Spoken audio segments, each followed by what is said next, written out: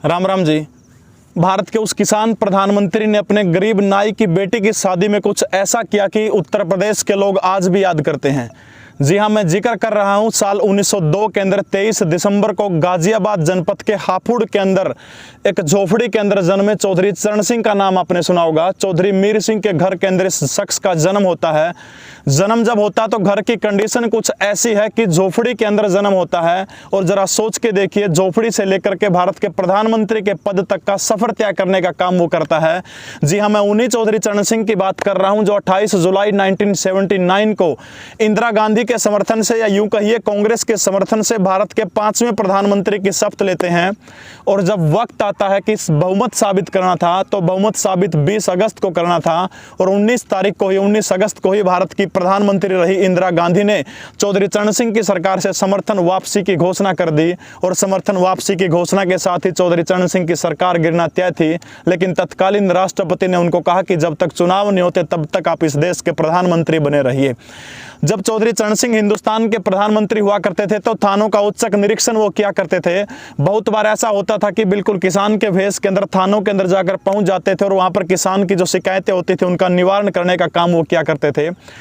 आज जिक्र किसान प्रधानमंत्री का होगा, लेकिन उसके साथ में उस गरीब नाई का भी जिक्र होगा। जब भारत के प्रधानमंत्री चौधरी चरण सिंह बने, जब वो उत्तर प्रदेश के मुख्यमंत्री हुआ करते थे तो उनके साथ में उनका जो नाई जो था वो हमेशा उनके साथ में रहता था, जो उनकी सेविंग वगैरह, दाढ़ी वगैरह करने का काम किया करता था। और जब भारत के प्रधानमंत्री बने तो उस गरीब नाई को अपने साथ में ही ले गए और उधर प्रधानमंत्री ऑफिस के अंदर ही वो रहने लगे। एक दिन होता क्या है, वक्त की ऐसी नजाकत होती है कि जो गरीब नाई जो था उसकी बेटी की शादी तय हो जाती है।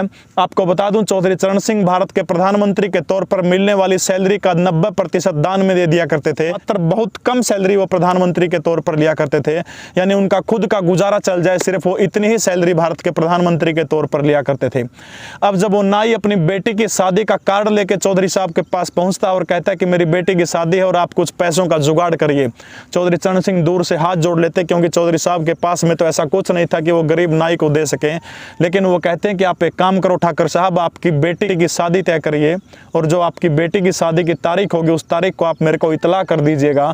मैं पहुंचूंगा जरूर और आपका सारा का सारा खर्चा उतारने की कोशिश करूंगा। अब बेचारा अनमने मन से वो नाई जो था, प्रधानमंत्री है, कुछ कह भी नहीं सकते उसको, कुछ कर्जा लिया, कर्जा लेकर के बेटी की शादी का साजो सामान जो था उसको खरीदने का काम किया। और धीरे धीरे शादी की तारीख जो थी 4 अगस्त निर्धारित कर दी जाती है।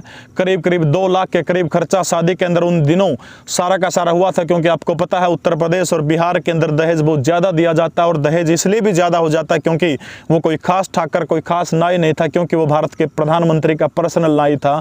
अब इतने सारे पैसे शादी के ऊपर लगने हैं, बहुत सारे लोग शादी के अंदर आए हुए हैं लाव लश्कर के साथ। ठीक 4 अगस्त को सुबह 9 बजे भारत के तत्कालीन प्रधानमंत्री चौधरी चरण सिंह हापुड़, गाजियाबाद के हापुड़, जो गाजियाबाद जनपद का हापुड़, उसके उस गांव के अंदर पहुंच जाते हैं। और जाकर के जो कन्यादान लिखने वाला बेटा था उसको कहते हैं कि ये कॉपी मुझे दो। और भारत के प्रधानमंत्री सुबह 10 बजे से उस गरीब नाई की बेटी की शादी के अंदर कन्यादान लिखना शुरू कर देते हैं। और ठीक 10 बजे से लेकर के शाम के 3 बजे तक चौधरी चरण सिंह कन्यादान की कॉपी से हिले नहीं।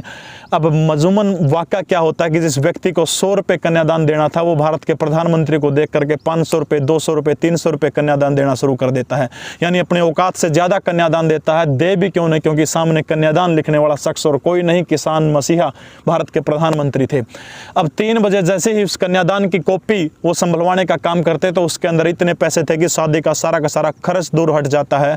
और उसके बाद बहुत सारे पैसे सेविंग के लिए उस गरीब नाई के पास में बच जाते हैं। बस दोस्तों, मलाल इस बात का है कि मात्र 6 महीने तक भारत के प्रधानमंत्री रहे चौधरी चरण सिंह। 19 अगस्त को समर्थन वापस हो जाता है। एक दिन भी लोकसभा का सामना नहीं किया। इतिहासकारों को आज भी मलाल है कि भारत का प्रधानमंत्री यदि संसद के अंदर बोलता तो इस देश के किसानों की दशा और दिशा कुछ अलग होती। वीडियो कैसी लगी, आप सारे के सारे चैनल को सब्सक्राइब करें। ये स्पेशल स्टोरी है, सप्ताह के अंदर 2 स्टोरी आपको मिलेंगी, बाकी मैं पढ़ाने का काम करूंगा। जय हिंद, भारत माता की जय।